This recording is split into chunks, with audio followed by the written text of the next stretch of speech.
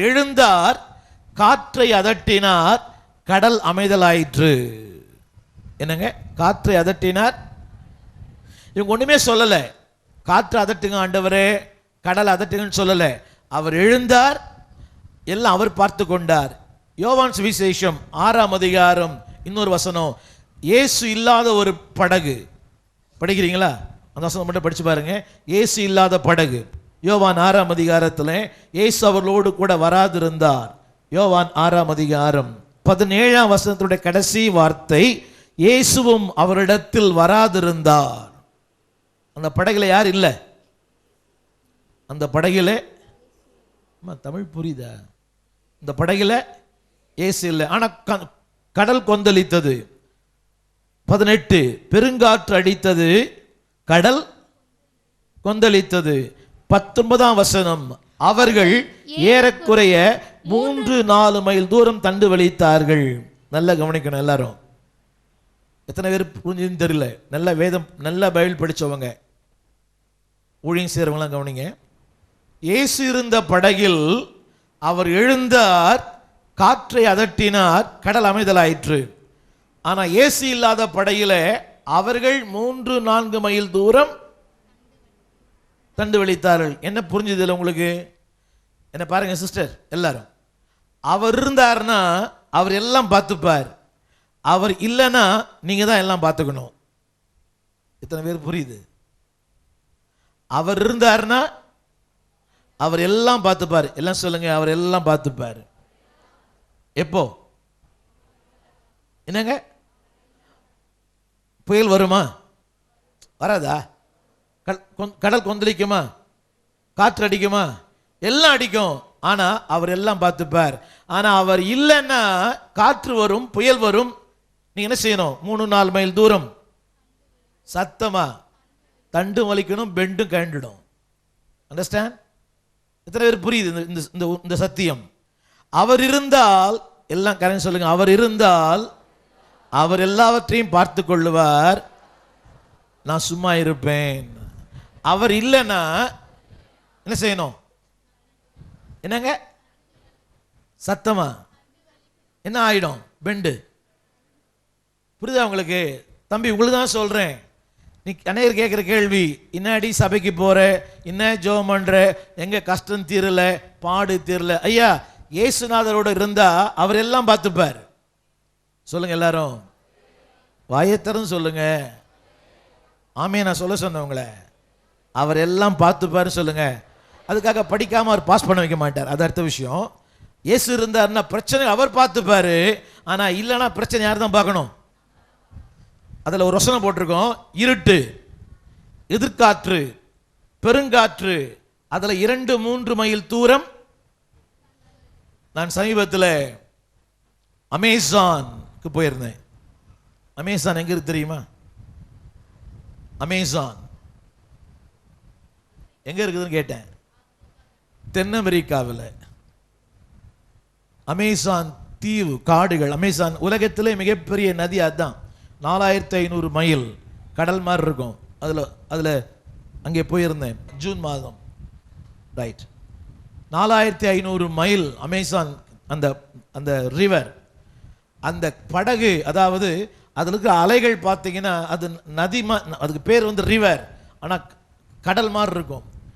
அதற்கு ஆப்போசிட்ல மோட்டர் தான், ஆனாலும் கூட தண்ணிக்குள்ள போய் மேலே வரும். எந்திரமே அப்படி பண்ணுதுன்னா அப்போ மனுஷன் தண்டு வலிச்சா அப்படி இருக்கும். அதுவும் இரவு, பெருங்காற்று, சூறாவளி, புயல் காற்று. யார் தண்டு வலிக்கணும்? சத்தமா சொல்லுங்க தம்பி, யார் தண்டு வலிக்கணும்னு? நீங்க தான். சீஷர்கள் யாரையோ சொல்றீங்க அநியாயத்துக்கு. நீங்க தண்டு வலிக்கணும். ஆனா இயேசு இருந்தாருன்னா நீங்க நித்திரையா இருக்கலாம். கைதட்டி ஆமேன்னு சொல்லுங்க. சொல்லுங்க, அவர் இருந்தால் சத்தமா சொல்லுங்க. எனக்கு ஒரு வேலையும் இல்லை. அவர் இல்லைன்னா எல்லா வேலையும். புரியுதா உங்களுக்கு? இயேசு இருக்கிற வாழ்க்கைக்கும் இயேசு இல்லாத வாழ்க்கைக்கும் பிரச்சனை எல்லாரும் தான் வருது. வியாதி வரலையா? வியாதி நமக்கு மட்டும் தானே வருது. புரியுதா உங்களுக்கு? எங்க வீட்டு பக்கத்தில் ஒருத்தர் இருக்கிறார். அவர் சபைக்கே போக மாட்டார், நல்லா குடிப்பார். நல்லா குடிப்பார், நல்லா 24 hours ஸ்மோக் பண்ணினே இருப்பார், புரியுதுங்களா? ஆனால் கல் மாதிரி இருக்கிறாரு. என்னங்க? கல் மாதிரி இருப்பார். நான் எந்த தப்புமே பண்ணல, ஆனால் எனக்கு 10 பிளாக்கு. புரியுதா உங்களுக்கு? எனக்குமே கசாப் கடைக்கு போகிற ஆடு புஷ்டியாக தான் இருக்கும். என்னடி பார்க்குறீங்க? கசாப் கடைக்கு போகிற ஆடு ஏன் புஷ்டியாக இருக்குது? அது இன்னும் கொஞ்ச நேரத்தில் என்ன செய்யப்பட போகுது?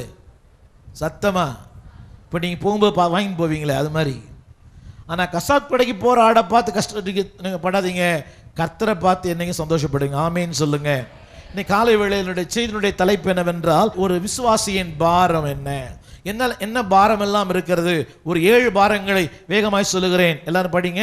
பாரம் நம்பர் 1, 7 பாரங்களை சொல்லுகிறேன். ஆபகுக்கின் புஸ்தகம் 1 அதிகாரம் 1 வசனம் ஃபுல்லா படிங்க சிஸ்டர்.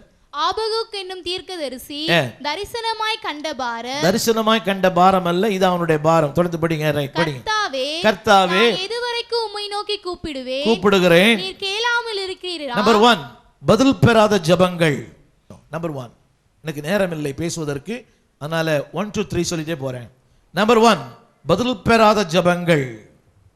உம்மை நோக்கி கூப்பிடுகிறேன், எனக்கு என்ன இல்லை? என்ன இல்லை? யாருக்கே? என்னங்க? புரியுதா உங்களுக்கு?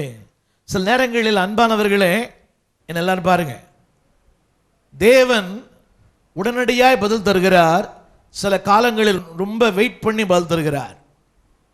சொல்ற விளங்குதுங்களா? சில நேரங்களில் இமீடியட் ஆன்சர், ஆனால் சில நேரங்களில் ரொம்ப கால தாமதமாய். ஆங்கிலம் புரிந்து சொல்லுகிறேன், delayed blessings or double blessings. என்னங்க? சத்தமா சொல்லுங்க. delayed blessings or double blessing. அதாவது தேவனுடைய, எல்லாம் சொல்லுங்க, தேவனுடைய கால தாமதங்கள் என்னை மறந்து விட்டார் என்று பொருள் அல்ல. ஆனா பல நேரம் நம்முடைய உள்ளம் தான் சொல்லுது, உன்னை கர்த்தர் மறந்துட்டாரு, உன்னை கர்த்தர் கைவிட்டார். இல்ல தம்பி, delays are not denials. You know English? Delays are not denials. சொல்லுங்க, தேவனுடைய தாமதம், சத்தமா சொல்லுங்க, மறுதலிப்பு அல்ல, மறந்து போவதும் அல்ல. சில நேரம் நினைக்கிறது தெரியுமா, என்ன கர்த்தர் மறந்துட்டார். நான் அப்படி நினைச்சேன். அப்போலோ மருத்துவமனையிலே ஒரு 13 நாள் இருந்தேன். 5 பைபாஸ் பண்ணேன். புரியுதுங்களா? எனக்கு ஒரு 12 பாட் ரத்தம் எனக்கு ஏற்றப்பட்டது இந்த சர்ஜரியில். அந்த சர்ஜரிக்கு பிறகு அந்த ரத்தம் எனக்கு சூட் ஆகலை. சூட் ஆகாம என்ன ஆயிடுச்சுன்னா, உடல் முழுதும் யோபு சரீரம் மாதிரி ஆயிடுச்சு. எப்படி இருக்கும்? என்னங்க? உடல் முழுதும். அதை விட இன்னும் பெரிய கொடுமை என்னன்னா, எனக்கு ஒரு மேல் வாய்ஸ் போயிட்டு ஃபீமேல் வாய்ஸ் வந்துடுச்சு. பேசவே முடியல. பேசின வாய் சத்தம் தான் வரும், புஷ்ஷுன்னு காற்று வரும், ஆனால் வார்த்தை வராது. அதை விட பெரிய கொடுமை. இதுதான் என்ன பேர்? பாரம். என்னங்க? இப்போ என்ன நினைப்பாங்க பார்க்குறவங்க, இன்னும் பெரிய தப்பு பண்ணிட்டாரு பாஸ்டர். இல்லை அன்பானவர்களே, இது சில நேரங்களிலே தேவன் நம்முடைய வாழ்க்கையில் அனுமதிக்கிறார். நான் ஆரம்பத்தில் சொன்னேன், உலகத்தில் பாடம் சொல்லி கொடுத்து பரீட்சை வைக்கிறாங்க, இயேசுநாதர் பரீட்சை வச்சு பாடம் சொல்லி கொடுக்கிறார். உலகத்தில் பாடம் முதலாவது, பரீட்சை 2வது. ஆனால் இயேசுநாதர் கிட்ட எத்தனை பேர் ஃபெயில்? பாஸ் பண்ணவங்களும் ஆமேன்னு சொல்லுங்க. பாஸ் பண்ணவங்களும் அவ்வளோ பேரா? எல்லாரும் பாஸ் ஆகிட்டீங்களா? ஆச்சரியமா இருக்குது. நான் சில நேரங்களில் ஃபெயில் ஆயிடுறேன். பாஸ் பண்ணவங்களும் ஆமேன்னு சொல்லுங்க. ஃபெயில் ஆனவங்களாம், நான் பல நேரங்களில் ஃபெயில் ஆகிருக்கிறேன். ஆனால் கண்டிப்பாக மார்ச் இல்லைனா செப்டம்பர். எப்படி இருந்தாலும் அன்பானவர்களே, முதல் பாரம் என்ன? பதில் பெறாத ஜபங்கள். அடுத்து கொடுமை. கொடுமை என்ற வார்த்தைக்கு அர்த்தம் இதுதான். கொடுமை என்றால் ஆங்கில வேதாமத்தில் வயலன்ஸ் என்ற வார்த்தை. In English is a violence. அதாவது கொடுமைனா பசி கொடுமை இல்லை. சில நேரங்களில் நம்முடைய வாழ்க்கையில் எதிர்பார்க்கிற ஒரு நடப்பதில்லை. வேகமாக சொல்ல, அடுத்த வருஷம் போட்டு அடுத்து படிச்சு பாருங்க. ரட்சியாமல் இருக்கிறீரே, என்ன போடுறது? நீர் என்னை ரட்சியாமல் இருக்கிறீரே. ஒரு நிமிஷம் எல்லாரும், எத்தனை பேர் பைபிள் ஸ்கூல் படிச்சிருக்கிறீங்க? பைபிள் ஸ்கூல், நீங்க பைபிள் ஸ்கூல் படிச்சீங்களா பிரதர்? ரட்சிப்பு என்ற வார்த்தை 7 அர்த்தம் இருக்குது. ரட்சிப்பு என்ற வார்த்தை 7 அர்த்தம் இருக்குது. பாதுகாப்பு, விடுதலை, சுகம், வாழ்வு, மீட்பு, சந்தோஷம். 7 அர்த்தம் இருக்குது ரட்சிப்புக்கு. பாதுகாப்பு, விடுதலை, மீட்பு, பழுதற்ற தன்மை, மகிழ்ச்சி, நீடித்த நாட்கள், நிறைய அர்த்தம் இருக்குது. அப்போ அவர் சொல்றாரு, ஆண்டவரே எனக்கு பாதுகாப்பு இல்லையே, எனக்கு மகிழ்ச்சி இல்லையே, எனக்கு சந்தோஷம் இல்லையே, எனக்கு நிம்மதி இல்லையே. அம்மா யார் சொல்ற வார்த்தைமா இது? அம்மா உங்களை தான். யார் சொல்ற வார்த்தை? சத்தமா என்னங்க புரியுதா உங்களுக்கு? திரும்ப திரும்ப சொல்லுகிறேன் தம்பி, இன்னைக்கு உங்க வாழ்க்கை எல்லாம் உங்களுக்கு சாதகமா இருக்கிறதுனால கர்த்தர் உங்களோட கூட இருக்கிறார்னு அர்த்தம் இல்லை. நான் சொல்ல தமிழ் புரியுதா? சில நேரங்களில் ஆண்டரோடு இருப்போம், ரொம்ப ஜெபம் பண்ணுவோம், ஆனா நத்திங் இஸ் ஹேப்பன். இப்ப சொல்ற பாருங்க, நம்பர் 1, என் ஜெபங்கள் பதில் பெறவில்லை. இரண்டாவது அவர் சொல்றார் கொடுமை என்று சொன்னால் எல்லாமே வாழ்க்கையில் நடக்கிற எல்லாம் எதிர்மாறா இருக்கிறது. மூன்றாவது படிச்சீங்களா? என்ன இல்லை? என்னங்க? மகிழ்ச்சி இல்லை. தமிழ்ல ஒரே வார்த்தை, அதுக்கு 7 அர்த்தம். பாதுகாப்பு இல்லை, ஆரோக்கியம் இல்லை, நிம்மதி இல்லை, மகிழ்ச்சி இல்லை. யாருக்கு? என்னங்க புரியுதா? இன்னைக்கு சில பேருக்கு கவலையே கிடையாது. இன்னைக்கு நிறைய பேர் சும்மா ஆவிக்குறை சபைகளில் கூட கவனிங்க எல்லாரும், இது ஒரு விஷயம் சொல்ல விரும்புகிறேன். ஞாயிற்றுக்கிழமை காலையில் வரவங்கெல்லாம் பார்வையாளர்கள், ஞாயிற்றுக்கிழமை சாயங்காலம் வரவங்க தான் பங்குதாரர்கள். இதை நான் சொல்றது புரியுது? ஞாயிற்றுக்கிழமை காலையில் வரவங்கலாம் ஸ்பெக்டேட்டர்ஸ், ஞாயிற்றுக்கிழமை சாயங்காலம் வரவங்கெல்லாம் பார்ட்டேக்கர்ஸ். எத்தனை பேர் சாயங்காலம் 6 மணிக்கு வரவங்க? கை தூங்க, பொய் சொல்லாமே. சாயங்காலம் 6 மணிக்கு வரவங்கெல்லாம் காலையில் வந்து சாயங்காலம் வரவங்க. தம்பி நீங்களாம் என்ன அம்பானியா? நீங்கள் ரொம்ப பிஸியான நாட்களா? உங்களை தான் கேட்குறேன்டா. என்ன பண்ணுவீங்க வீட்டில் உட்காந்துன்னு? இந்திய தொலைக்காட்சிகள் முதன்முறையாக. அப்போ நீங்கள் சபைக்கு மேலே அர்த்தமே இல்லையே. சும்மா பொழுது சபை என்று பொழுதுபோக்கு மன்றம் இல்லை. இங்கே இருக்க ஆண்களுக்கெல்லாம் சொல்ல விரும்புகிறேன், சாயங்காலம் என்ன பண்ணுவீங்க? நீங்கள் அவ்வளோ பிஸியா? நீங்கள் அவ்வளோ அப்துல் கலாம், அவ்வளோ பெரிய அப்துல் கலாம் மாதிரியா? இல்லை மன்மோகன் சிங்கா நீங்கள்லாம்? புரியுதா? அப்போ காலையில் வர்றவங்கலாம் கிரிக்கெட் மேட்ச் பார்க்க வர்றவங்க, சாயங்காலம் வர்றவங்க ஜபத்துக்கு வர்றவங்கலாம் கிரிக்கெட் ஆட வர்றவங்க. எது கஷ்டம்? உண்மை இப்படி கூட சொன்னால் புரியும். ஜபத்துக்கு வர்றவங்க தாங்க உண்மையான விசுவாசிகள், மற்றவங்களாம் சும்மா பார்வையாளர்கள். நீ நிறைய பார்வையில் வந்திருக்கிறீங்க. எங்கள் வீட்டுக்காரர் கச்சேரிக்கு போனார் இல்லை. நான் என்ன சொல்ல விரும்புகிறேன், இந்த வாழ்க்கைக்கு இந்த ஆசீர்வாதம் சொன்னால் இன்னும் மேலான வாழ்க்கைக்கு இன்னும் மேலான ஆசீர்வாதத்தை கர்த்தர் வைத்திருக்கிறார். நான் என்ன சொல்ல விரும்புகிறேன், சில நேரங்களில் நம்ம கொஞ்சம் தான் ஜெபம் பண்ணுறோம், கொஞ்சம் ஊழியம் பண்ணுறோம், கொஞ்சம் ஆண்டவரை நேசிக்கிறோம், ஆனாலும் கூட கர்த்தர் நம்ம நல்லா வச்சிருக்கிறாரு. இந்த மனுஷனுடைய வாழ்க்கையில் ஒரு ஊழியன், ஆண்டவரோடு பேசுகிறவன், ஆண்டவரோடு இடைப்படுகிறவன். ஆனால் அவர் சொல்றாரு, நம்பர் 1 வேகமாக சொல்லி கொண்டு போகிறேன், பதில் இல்லை. நம்பர் 2 பாதுகாப்பு இல்லை. நம்பர் 3 அவருக்கு கொடுமை, அக்கிரமம். அக்கிரமம் படிச்சு பாருங்க, அக்கிரமம் இருக்குதுங்களா? நீர் எனக்கு அக்கிரமத்தை அக்கிரமம், அக்கிரமம் தெரியுமா? Everything is ups and down. அதாவது எல்லாமே கிரமத்துக்கு மாறான ஒரு வாழ்க்கை. புரியுதுங்களா? ஹலோ, எல்லாமே கிரமத்துக்கு மாறா இருக்குது. நல்லா ஜெபம் பண்ணுவாங்க, ஆனா குடும்பத்தில் பார்த்தா போராட்டம் இருக்கும். நல்லா ஜெபிப்பாங்க, என்ன கவனிங்க எல்லாரும். நல்லா ஊழியம் பண்ணுவாங்க, ஆனா குடும்பத்தில் பார்த்தா பிள்ளை குடிகாரனா இருப்பான். இத கிரமத்துக்கு மாறான வாழ்க்கை. ஆனா ஒண்ணு அன்பானவர்களே, நீங்கள் திரும்ப சொல்லுகிறேன், ஆரம்பத்திலே சொன்னேன், காணப்படுகிற ஒன்றை வைத்து காணக்கூடாத தேவனை எடை போடாதிருங்கள். காணப்படுகிற எல்லாமே தற்காலிகமானது, காணக்கூடாத ஒன்று நிரந்தரமானது. நான் சொல்ல புரியுதா? உங்க வியாதி, உங்க வறுமை, உங்கள் கஷ்டம், உங்கள் கண்ணீர் இதெல்லாம் டெம்பரரி. ஆனால் உங்கள் நீதி, உங்கள் பரிசுத்தம் இதெல்லாம் பர்மனன்ட். புரியுதா புரியலையா? புரியுதா தம்பி? அடுத்து சொல்ல விரும்ப படிச்சு பாருங்க, 3ஆம் வசனம். அக்கிரமம் இருக்குதுங்களா? அக்கிரமம், ஒரு நிமிஷம். அக்கிரமம் இருக்குதா? அடுத்து தீவினை. என்னங்க?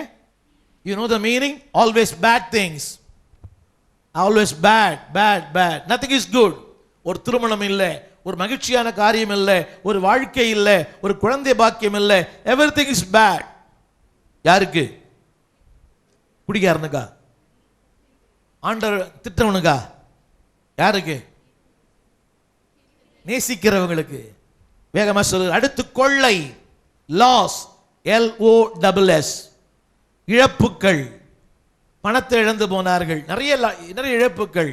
என்ன பாருங்க சிஸ்டர், ஐயா என்ன பாருங்க ப்ளீஸ், ஆண்கள்லாம் வாழ்க்கையில என்னோட சேர்ந்து எல்லாம் சொல்லுங்க. பணத்தை இழந்தால் ஒன்றையும் இழக்கவில்லை, திரும்ப சம்பாதிப்பேன். சுகத்தை இழந்தால் ஏதோ ஒன்று இழந்து போனேன், அதையும் திரும்ப பெறுவேன். எல்லாம் உங்க தலைமையில கை வைங்க, உங்க தலைமையில. அபிஷேகத்தை இழந்தால் நான் எல்லாவற்றையும் இழந்து போனேன். இது ஒரு ஆங்கில பழமொழி. If I lose my wealth, I lose nothing. If I lose my wealth, I lose nothing. If I lose my health, I lose something. If I lose my anointing, I lose everything. புரியுதா? If I lose my wealth, I lose nothing. If I lose my health, I lose something. If I lose my anointing, எல்லாம் Bible கையில் சொல்லுங்க, எல்லாம் வேத கையில் சொல்லுங்க. தேவனை இழந்தால் சத்தமா பின்னால உட்கார்ந்து இருக்கிறவங்க எல்லாம், தேவனை இழந்தால் நான் எல்லாவற்றையும் இழந்து போனேன். ஒன்ஸ் அகைன், பணத்தை இழந்தால் ஒன்றும் இழக்கவில்லை, திரும்ப சம்பாதிப்பேன். சுகத்தை இழந்தால் ஏதோ ஒன்று இழந்து போனேன், அதையும் பெற்றுக்கொள்ளுவேன். ஆனால் தேவனை இழந்தால் நான் எல்லாவற்றையும் இழந்து போனேன். நம்புறீங்களா? நான் அப்போலோ மருத்துவமனைக்கு போகும்போது 73 கிலோ இருந்தேன், வெளியே வரும்போது 67 கிலோ ஆயிட்டேன். முன்னாடி பார்க்குறீங்க. ஆனால் இன்னைக்கு திருப்பி அதே லெவலுக்கு வந்துட்டேன். பார்த்தா தெரியல? புரியுதா? புரியலையா? பணத்தை இழந்தால் ஒன்றையும் இழக்கவில்லை, சுகத்தை இழந்தால் ஏதோ ஒன்று இழந்து விட்டோம். ஆனால் அபிஷேகத்தை இழந்தால், சத்தமா பக்கத்துல சொல்லுங்க, எதை இழந்தாலும் பரவாயில்லைங்க. கைப்பிடி சொல்லுங்க, சண்டைக்கார மாதிரி சொல்றீங்க. எதை இழந்தாலும் பரவாயில்லை, பெற்றுக்கொள்ளலாம். ஆனால் ஏசுனா எழுதிட்டீங்கன்னா எல்லாமே போச்சு.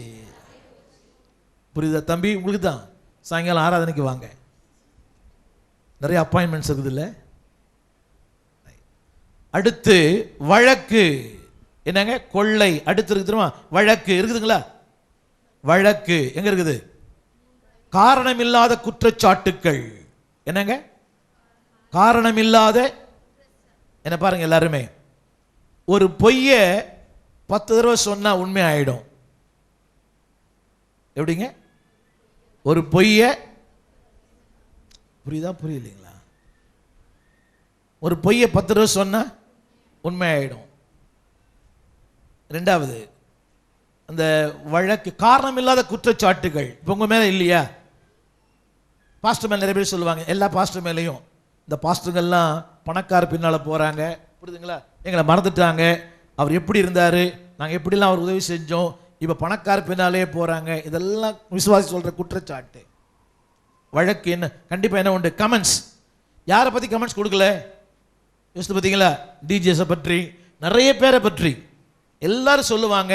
ஆனா நம்முடைய நீதியை கர்த்தர் விளங்க பண்ணுகிறார்.